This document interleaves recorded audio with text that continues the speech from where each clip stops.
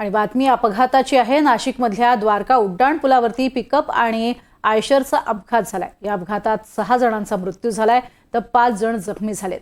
नाशिकच्या द्वारका उड्डाणपुलावरती हा अपघात झाला, त्यामुळे वाहतूक मोठ्या प्रमाणात विस्कळीत झाली होती। दरम्यान अपघातातील मृतांचा आकडा वाढण्याची ही भीती वर्तवली जाते। हा अपघात होण्यापूर्वी काही जण व्हिडिओ घेत होते, तेव्हा ही हा अपघात होत असतानाची दृश्य सुद्धा त्यामुळे समोर आलेली आहेत। 6 तरुणांना आपला प्राण गमवावा लागलाय। नाशिकमधनं द्वारका उड्डाण पुलावरून जात असताना पिकअप आणि आयशरचा हा अपघात झालाय। अधिक माहिती घेऊयात, किशोर बेलसरे आमचे प्रतिनिधी आपल्या सोबत आहेत। किशोर, आपल्याला एक माहिती समोर येते की मृतांचा आकडा वाढू शकतो, ही भीती वर्तवली जाते, मात्र नेमकी चूक कोणाची होती, अपघात कशामुळे झाला, काही कळू शकलंय का? नक्कीच प्रज्ञा, आपण ज्या ठिकाणी नाशिकच्या द्वारकाच्या उड्डाणपुलावर आहोत आणि ह्या उड्डाणपुलावरून आपण संपूर्ण माहिती घेऊ शकतो। हा आपण बघू शकतो, हा सळई असलेला आयशर टेम्पो आहे, जो ज्यामध्ये पूर्णतः या सळया बाहेर आलेल्या आहेत आणि ह्या सळया रात्रीच्या अंधाराच्या वेळेस ह्या टेम्पो चालकाला, जे आपण हा बघू शकतो, हा टेम्पो चालक ह्या टेम्पो चालकाला दिसल्या नाही आणि तो डायरेक्ट थेट ह्या सळयावर धडकला। आणि ह्या टेम्पोमध्ये आपण जे व्हिडिओमध्ये बघितले, जे तरुण होते, नुकतेच या ठिकाणावरून त्यांचं केवळ 1.5 किलोमीटर घरावर सह्याद्री नगर या ठिकाणी घर होतं आणि ते खाली उतरणार, परंतु हा मोठा अपघात झालेला आहे। दुर्दैवाने ह्यामध्ये 6 जणांचा अद्यापर्यंत मृत्यू झालेला आहे। मृतांची संख्या ही 8 वर गेल्याचे समजते आहेत। आपण बघू शकतो ट्रकवाल्याची ही चूक, ही खुर्ची बघू शकतो आपण, जी लाल चेअर आहेत, ही केवळ ह्या सळयांच्या बाहेर लटकून ठेवलेली होती। म्हणजे या सळयांना साधारण लाल कपडा मारावा लागतो आणि हा लाल कपडा जेव्हा लांबून दिसतो वाहनधारकाला तेव्हा तो वाचू शकतो, परंतु त्याने कुठल्याही पद्धतीची काळजी न घेता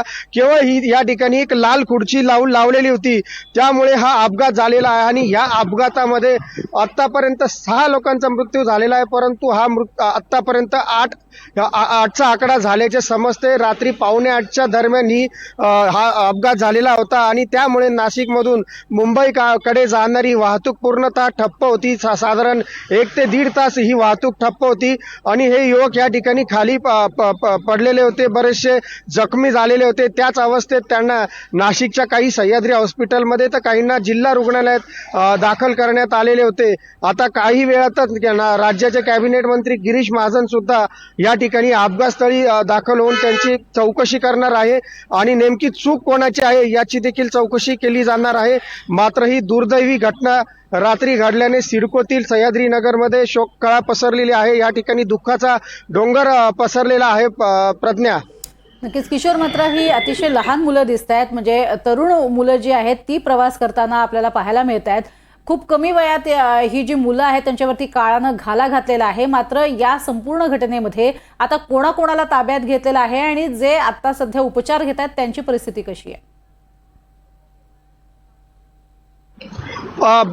प्रज्ञा, नक्कीच ह्यामध्ये साधारण आपण तर बघू शकतो 14 ते 15 युवक ह्या गाडीमध्ये होते, काही अल्पवयीन होते आणि त्यातले काही एकूण ते 1 मुलं होते। त्याच्या एका मुलाच्या आईला काल रात्री अशी माहिती समजतात त्याला भोवळ देखील आलेली आहे आणि काही जण अद्यापही गंभीर आहे आणि आतापर्यंत हा मृतांचा आकडा 8 पर्यंत पोहोचल्याचे समजते।